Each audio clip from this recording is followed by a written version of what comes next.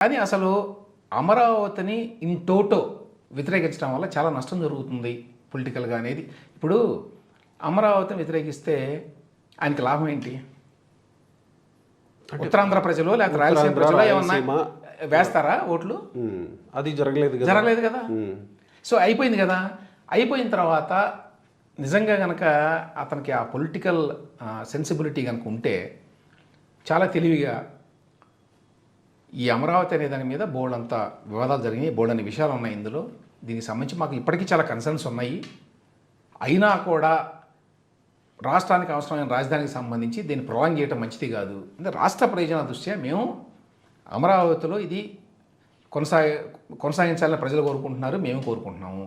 కానీ అక్కడ అవినీతి జరిగితే, అక్రమాలు జరిగితే చంద్రబాబు నాయుడు వాళ్ళ మనుషులను తీసుకొచ్చి అక్కడ పెట్టుకుంటే మేము దాన్ని తీవ్రంగా వ్యతిరేకిస్తాము, దాని మీద ఫైట్ చేస్తాము, రైతులకు అన్యాయం జరగకుండా చూస్తాము.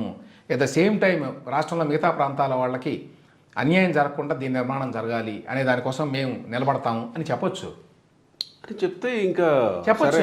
సరే యూటర్నా జేటర్నా అనే రకరకాల ఇప్పటికీ ఆయన మాటల వల్ల గుంటూరు కృష్ణా జిల్లాలో ఆ పక్కల చుట్టుపక్కలంతా వ్యతిరేకత కదా. బయటికి మాట్లాడపోవచ్చు ఎవరు. అవునవును. మళ్ళీ వచ్చి ఏదో చేస్తారంటాడు ఏంటి అనేది ఉంటుంది కదా. అట్లా అని చెప్పి ఉత్తరాంధ్ర వాళ్ళు రాయలసీమ వాళ్ళు వేస్తారా?